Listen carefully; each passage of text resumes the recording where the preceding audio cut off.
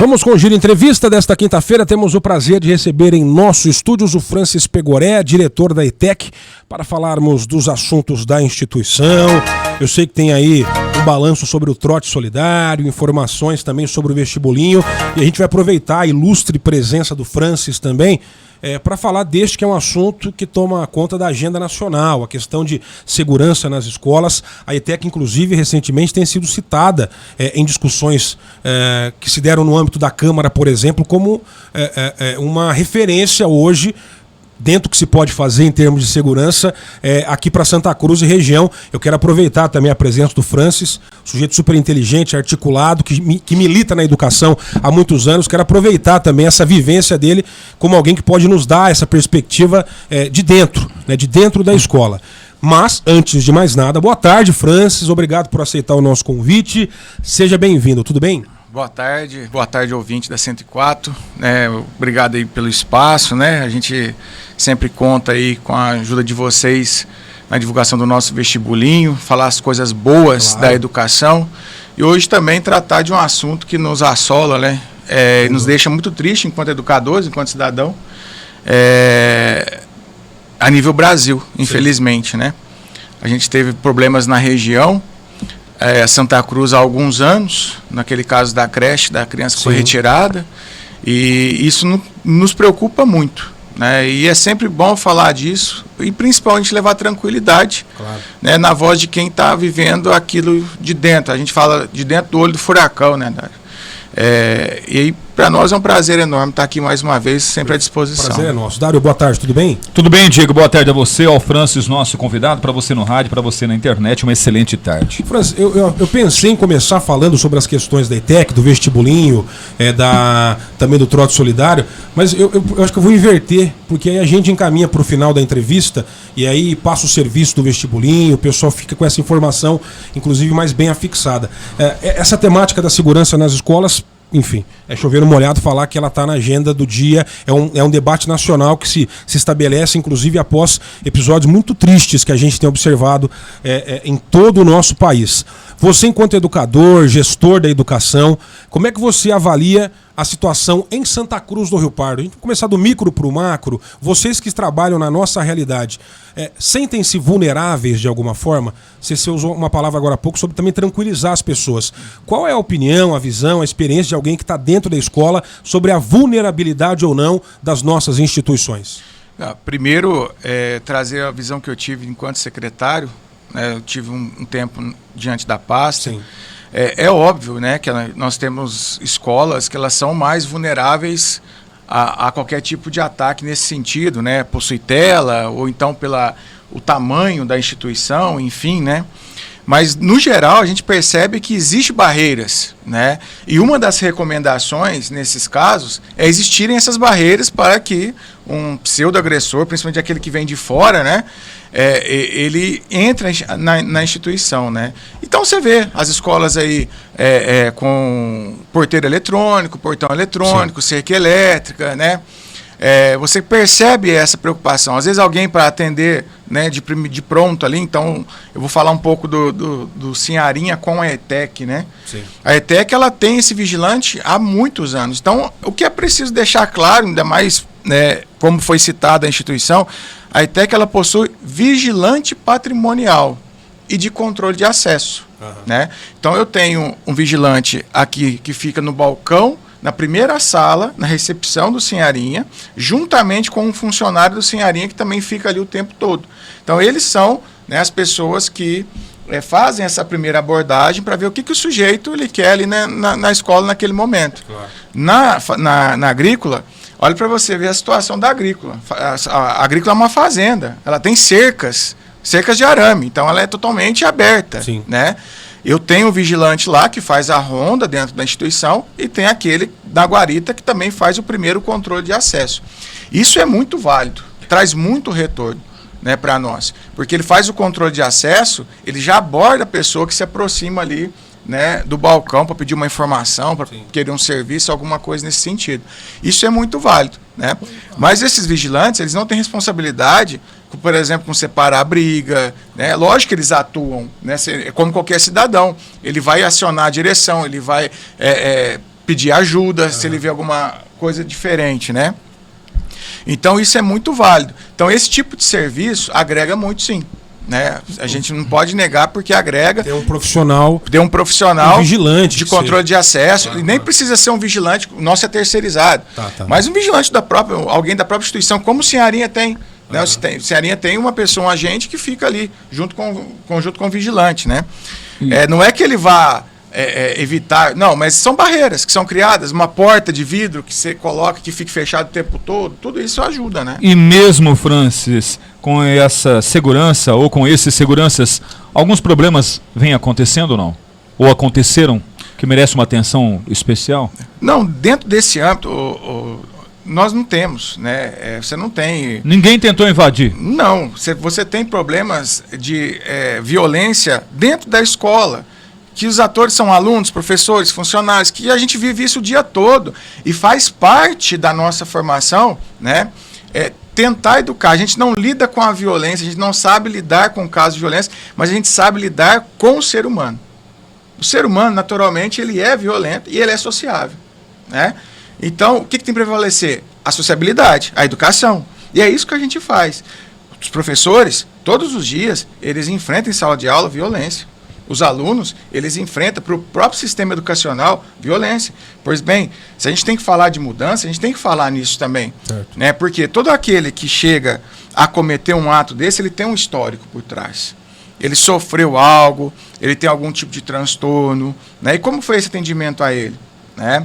Então, a escola ela tem que estar preparada para evitar que esse sujeito chegue a esse ponto. Né? Então, isso é muito importante para nós. E a gente faz isso todos os dias. Tá? A gente faz isso todos os dias. Então, falar para você assim, claro que com os casos em evidência, né? A gente, não sei se o termo é correto, mas o efeito rebote, né? Que aquele que tem ideia, então ele começa a pensar gatilho, mais aí, né? É gatilho, né? Você começa a pensar mais ainda, tal, aí, e alguns chegam à via de fato, né? São vários outros dispositivos que a gente pode falar nisso, né, durante a entrevista. Mas, assim, esse tipo de violência que nós estamos vivendo, né, ela é muito mais traumática ou ideológica desse pessoal, né, ou patológica, que a gente pode falar, de doenças mentais, do que realmente a violência no cerne da escola. Em alguma medida faz parte essa violência do dia a dia, entre Exatamente. alunos, ocorrências envolvendo profissionais. Agora, esses ataques, né, como são classificados, até pelos requintes de crueldade, né, e por estarem sendo mais constantes, eles jogam esse debate, jogam gasolina, aliás, na fogueira desse debate. Acho que é compreensível a apreensão das famílias, principalmente, ao mesmo tempo em que estimular um discurso sensacionalista mais atrapalha, talvez, do que ajudar. Achar esse meio termo, num momento tão conturbado, né? Achar um discurso em que, olha, vamos discutir, então tem que melhorar? Tem. O que dá para fazer? Que tipo de medida que aparentemente pode ser boa, enérgica, só que será que vai ter algum resultado efetivo ou pode trazer um outro problema ainda maior?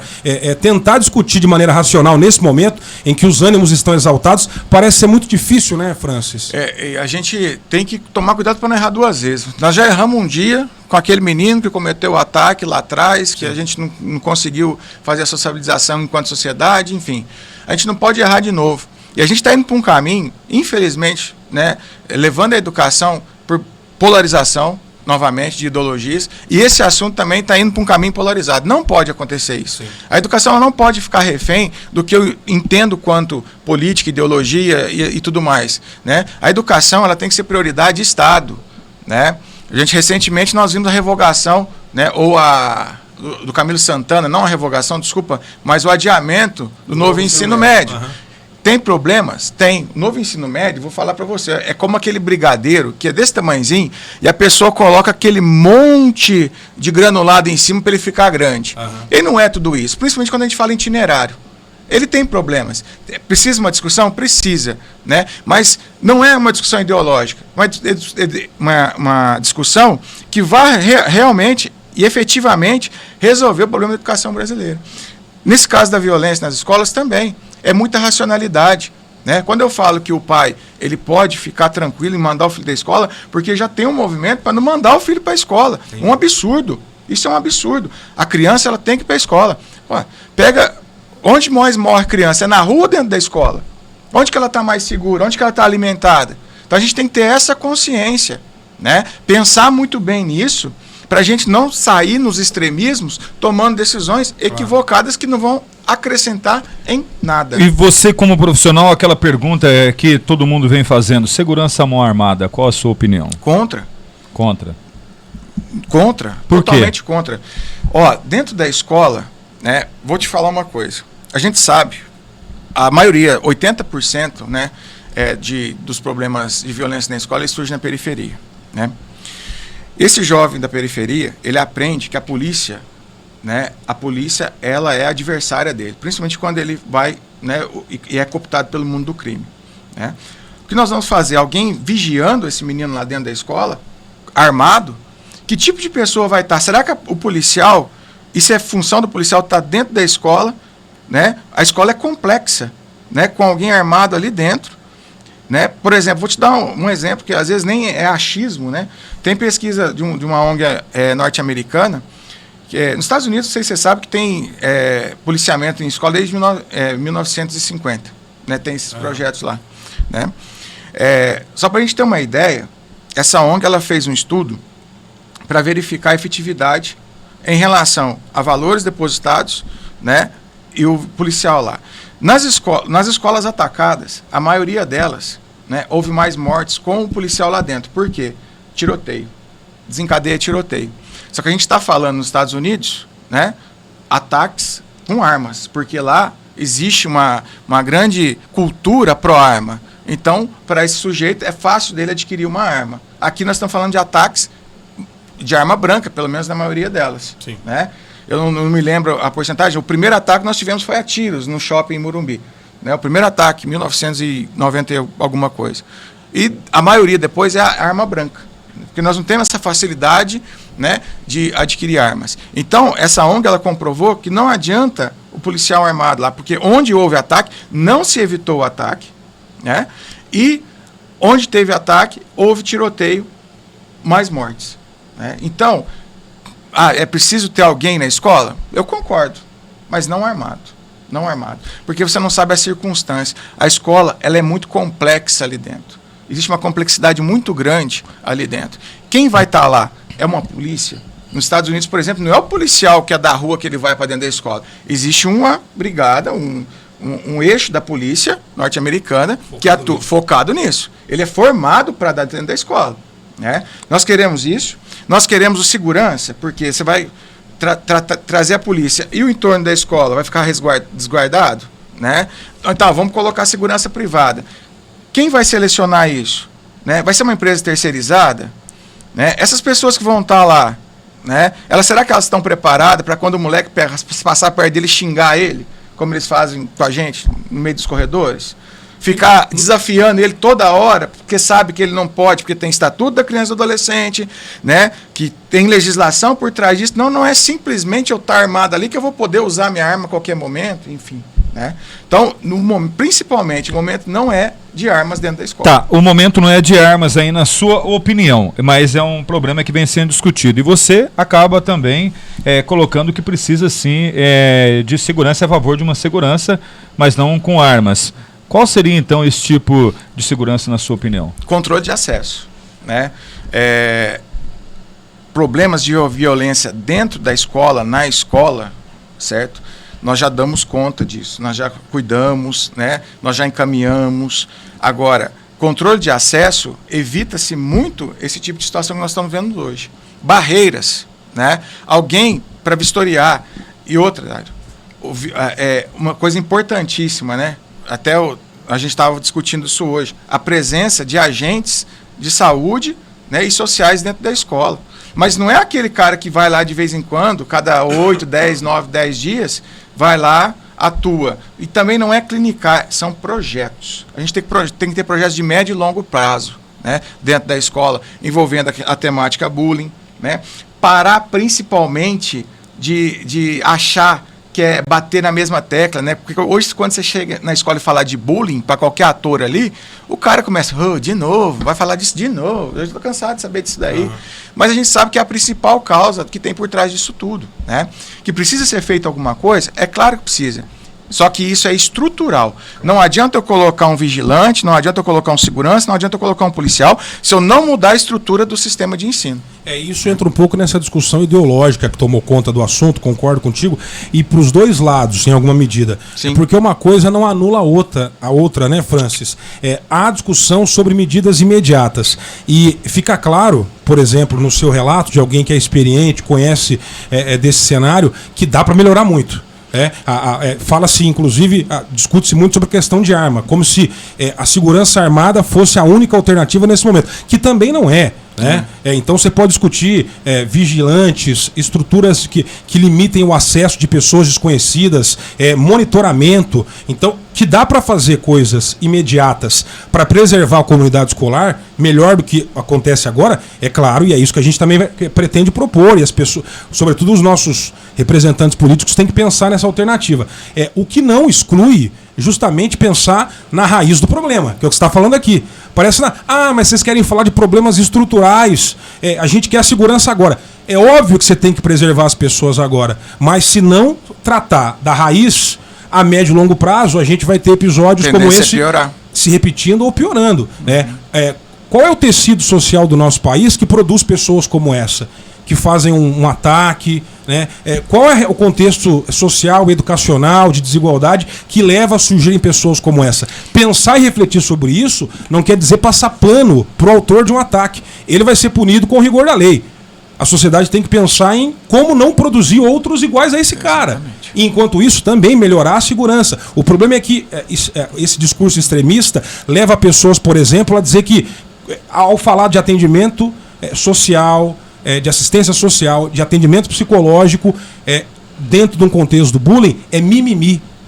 É puro mimimi. E eu acho isso de um... Vamos falar assim, na minha época eu passei por isso, não tô aqui. É um discurso absolutamente superficial e que, repito, não colabora. Só polariza ainda mais, e são duas situações que, na minha visão, claro, elas têm que andar junto. É pensar na raiz do problema, pensar a longo prazo, mas também estamos diante de um cenário de insegurança, de incerteza. Dá para melhorar a coisa, de imediato. Que se faça, né? Eu acho que é mais ou menos por aí também. Então a gente pensando, né, a coisa é muito macro. Ela não, a gente não é só, igual você bem disse, né?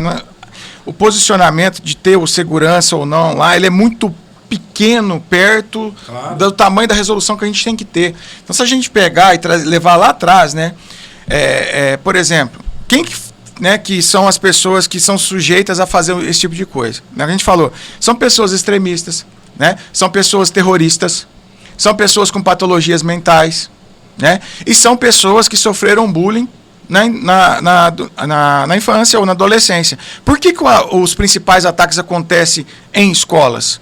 Porque é o período, a maior parte da vida do sujeito, ele passa ali na escola, na sua infância e adolescência. Então, a escola, ela é o reflexo da sociedade. Claro. Se você tem uma sociedade excludente, você tem uma sociedade violenta, se você tem uma sociedade que escolhe quem pode e quem não pode, isso vai se refletir dentro da escola. Por mais que a escola seja universal, seja ampla, seja inclusa, né, vai ter atores que vão dissuar disso. E a pessoa ela vai levar isso. Não justifica? Óbvio que não. É claro que não. Mas são, às vezes, patologias que a gente tem que evitar que isso aconteça. Né? E uma questão que é a nível mundial, né, que contribui ontem, falando um pouco de mídia, né, 4 veículos de comunicação, vocês acompanharam isso, fizeram um manifesto onde não iriam mais divulgar nome, nem imagens, nem foto do sujeito, nem as imagens do ataque, nada disso. Ok, isso é importantíssimo. Mas a gente tem que combater também o que nós chamamos de Deep Web, que é a internet submundo. Lá tem comunidades, né? Eu não lembro a sigla em inglês, né? Mas a tradução é o TCC, a tradução é adoradores ou de crimes reais, alguma coisa assim, né? Onde essas pessoas, nessas comunidades, eles ensinam as armas a serem utilizadas, como abordar, como, por exemplo, vai usar uma faca, como fazer com faixas na mão, para não... Enfim, né? Tudo isso daí, e colocam os ataques como símbolos, né? No Brasil, por exemplo, teve um dos ataques, o cara homenageou, né, aquele cara de Columbai, que fez o ataque em Columbai, né? Então esses caras são tratados como são adorados, né, nessas comunidades. Então isso precisa de inteligência. Não adianta eu, né, lá em casa, eu ficar de olho no menino, né? Mas se isso está circulando por aí, não para. E é fácil o acesso. Você acha que, nossa, é um negócio muito difícil, o cara tem que ser hacker para entrar nesse submundo? Não. É muito fácil o acesso a isso.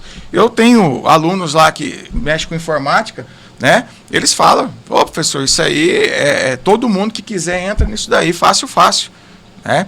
E a gente conversa um pouco sobre isso, né? Então, outra coisa que falta é regular a internet.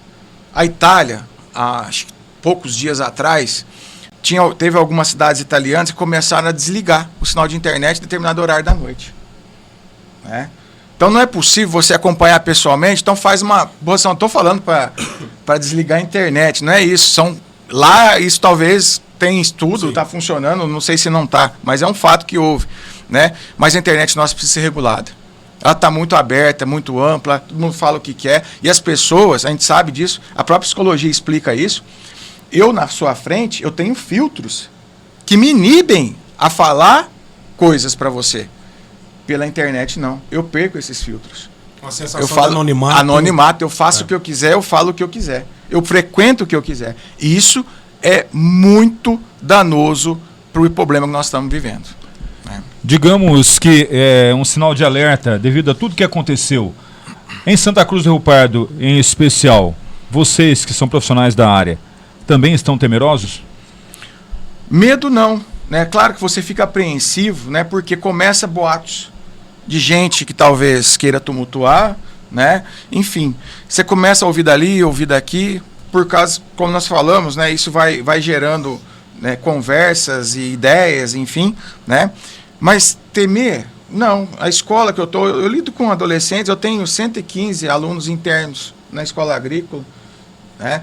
Vocês sabem que na escola agrícola sempre teve uma cultura, a cultura do agro, né? Andar com canivete para o trabalho. Faz parte. Faz parte. Nós proibimos isso lá, a gente está em cima disso. Então, faca branca na escola não é permitida, a gente pega, suspende, né?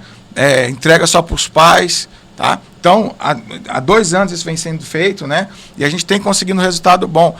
Eu me sinto super seguro na minha escola. Eu dou aula na escola APEC, me sinto super seguro, chego lá, o portão está trancado todo dia.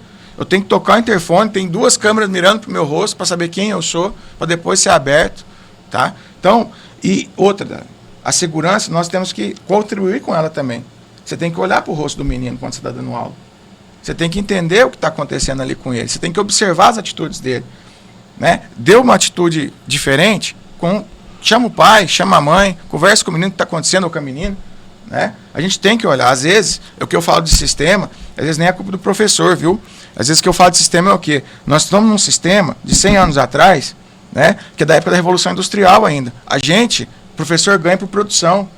Então você tem que dar conta de um conteúdo, você não tem tempo, ontem eu estava falando isso para os alunos, você não tem tempo de parar, ter uma conversa franca sobre esses assuntos com eles, sobre como que eles estão sentindo, porque você tem que dar conteúdo, você tem que dar prova, você tem que avaliar, e se o bimestre é curto, daí já vem outro bimestre, e se você para a sua aula, você não está dando aula, você está matando a aula para conversar esse tipo de assunto, né? Então a gente tem que mudar a raiz do sistema. Esse sistema que a gente tem, que é um sistema produtivista, que você tem que entregar tudo e a melhor forma ao mesmo tempo, né? Então você tem que entregar o melhor, quanto mais, né?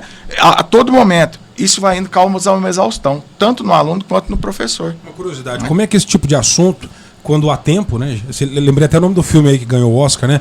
Tudo ao mesmo tempo, em todo lugar, foi uma coisa assim, né? Tentando, brincando um pouquinho aqui. Como pelo menos no caso, a experiência de vocês na ETEC, lidar com esse assunto com os estudantes?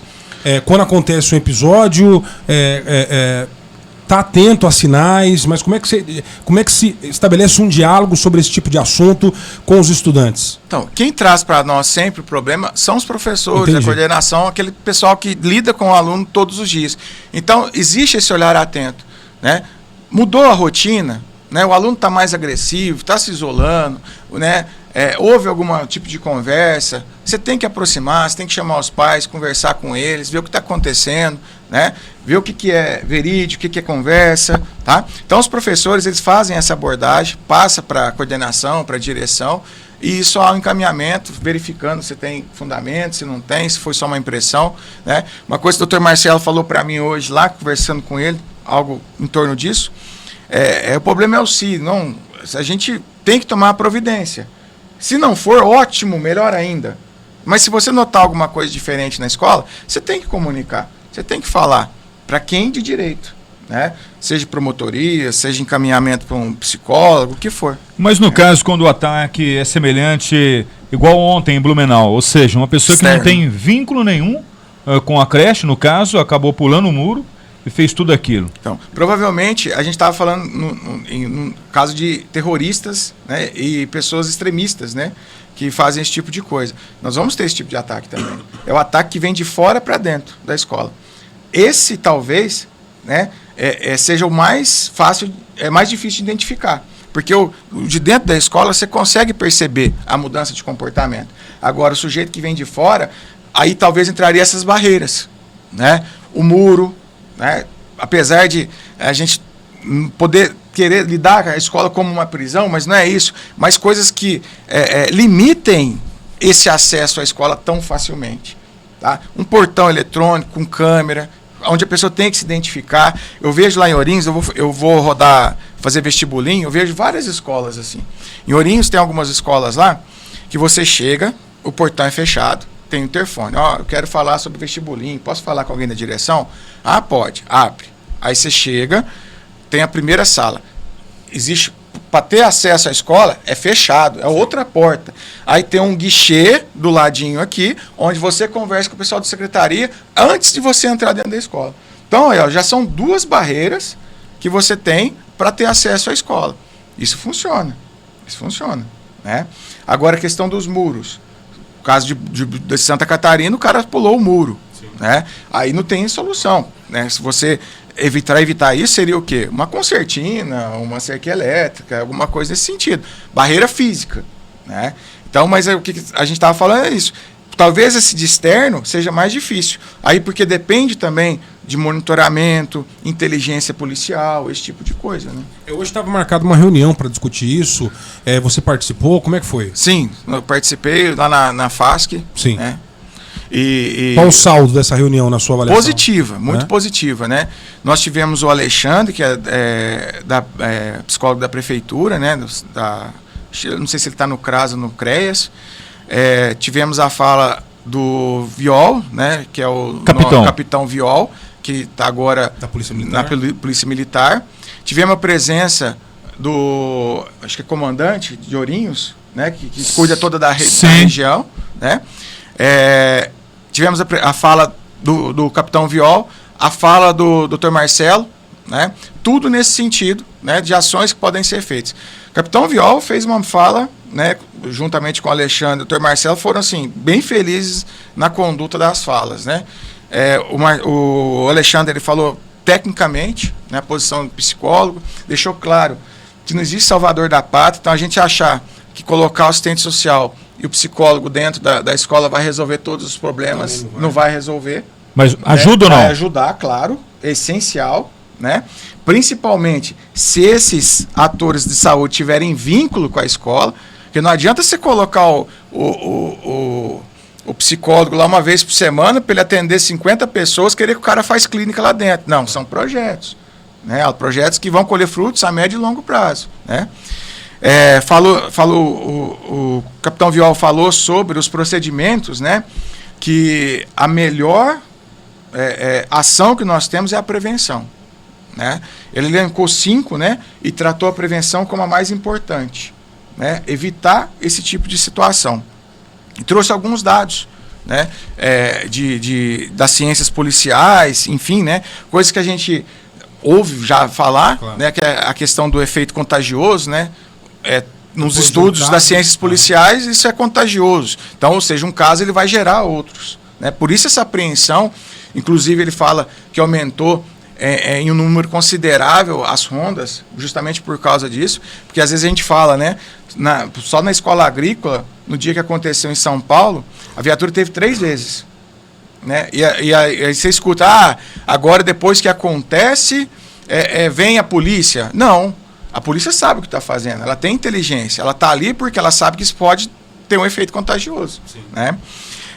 Falou sobre a mídia, né? Sobre os detalhamentos que a mídia faz, né?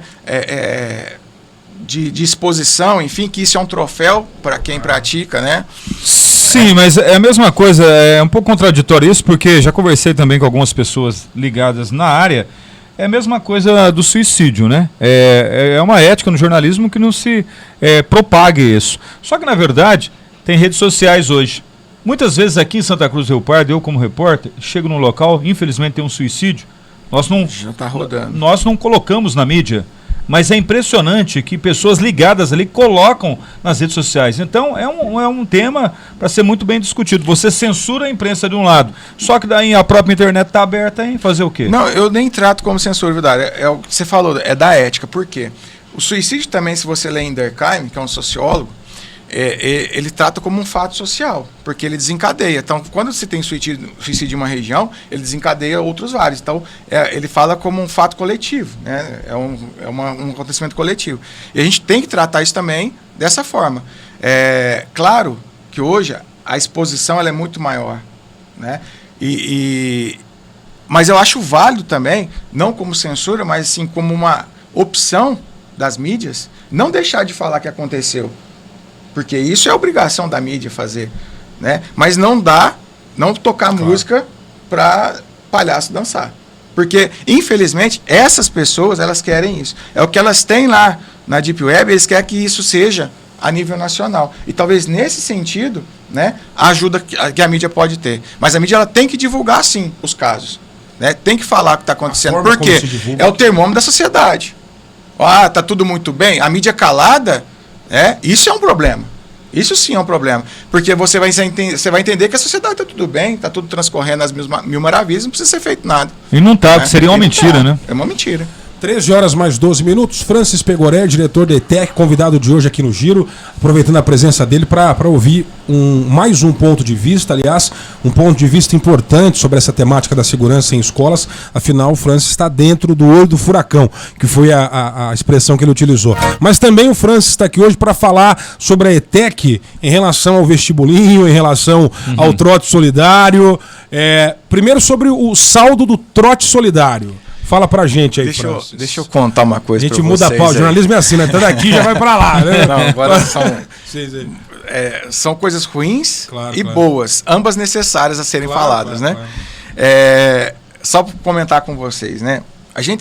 Nós sempre tivemos uma grande fonte de arrecadação à porta dos supermercados, né?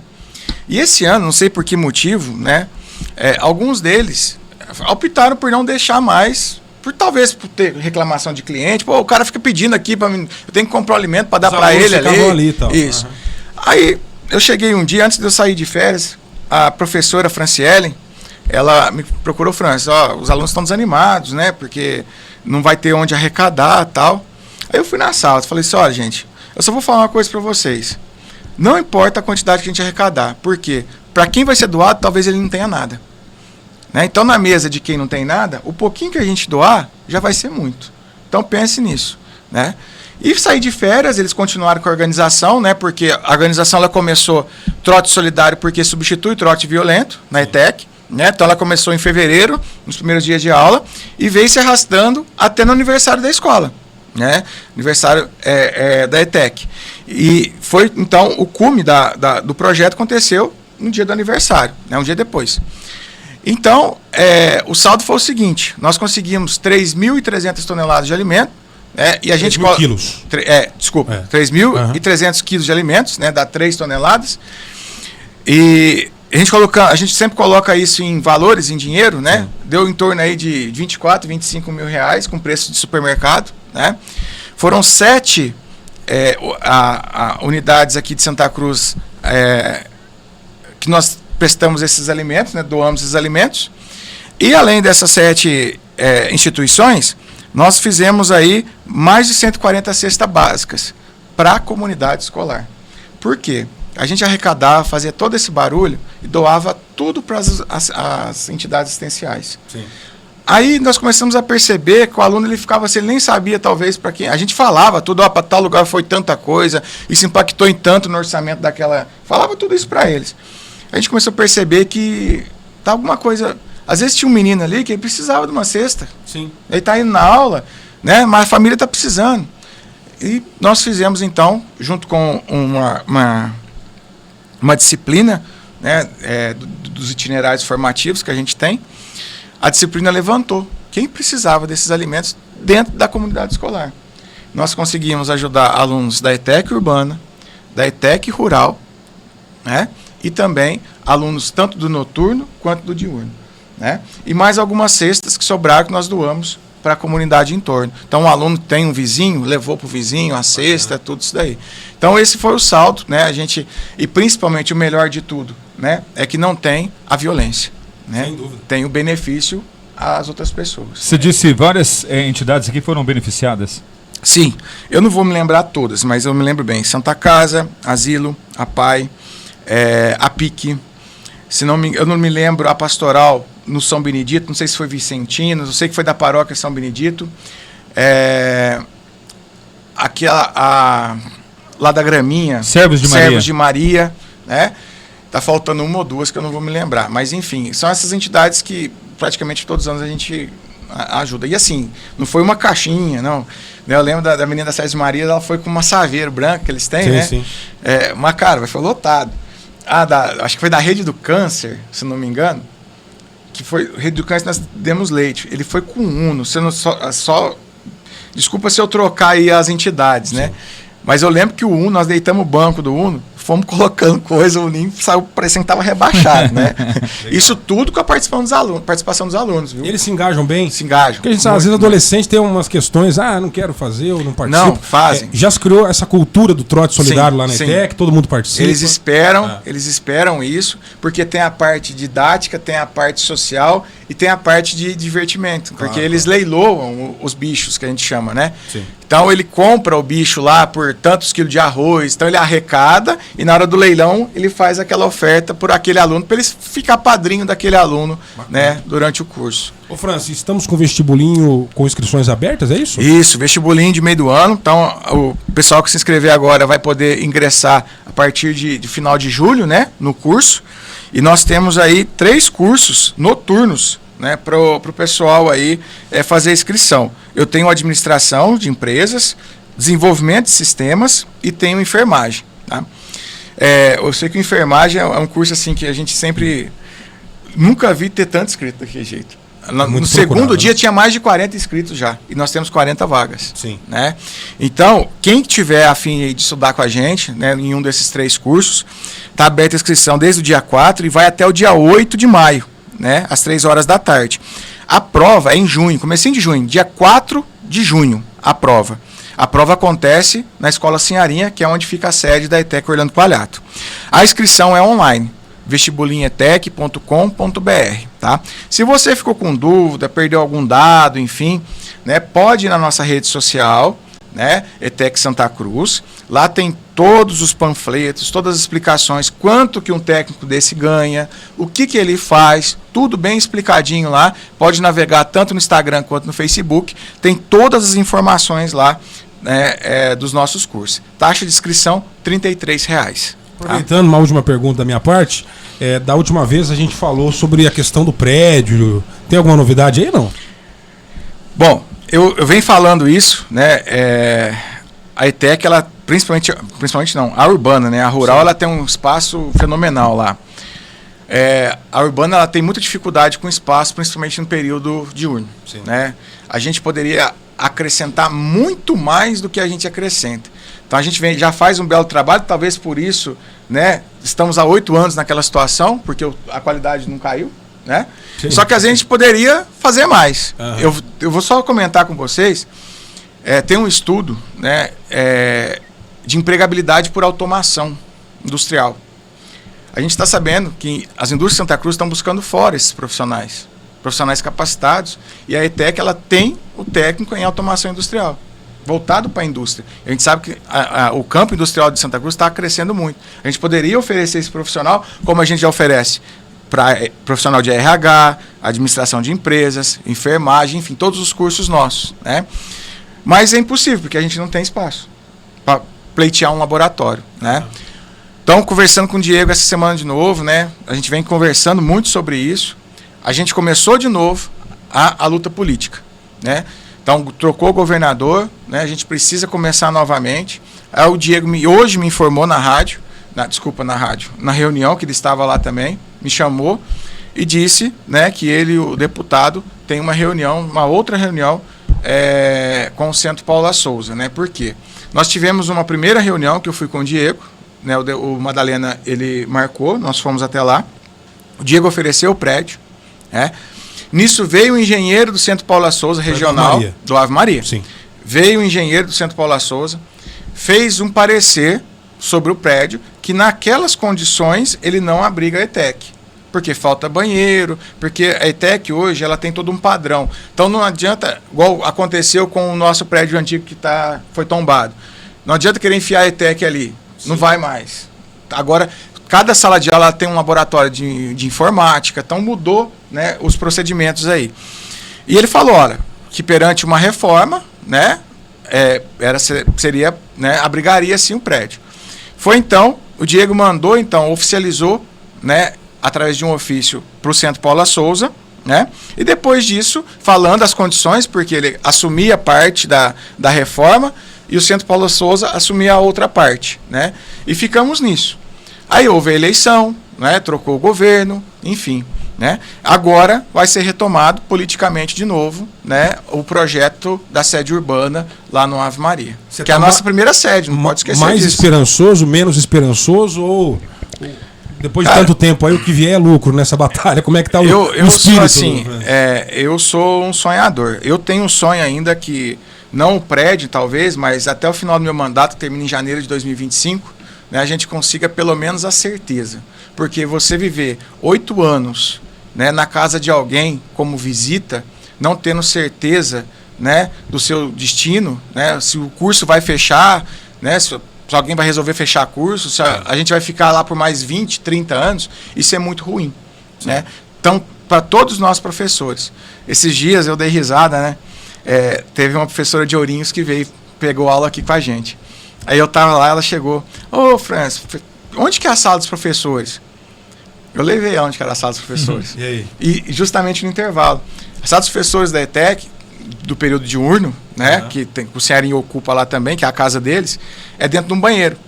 Nós desativamos o banheiro, né, e lá tem o bebedouro, a salinha do café com uma geladeira dos professores e a geladeira dos alunos guardarem a marmita. Entendi. Entendeu? Aí eu levei e mostrei a sala dos professores para ela lá.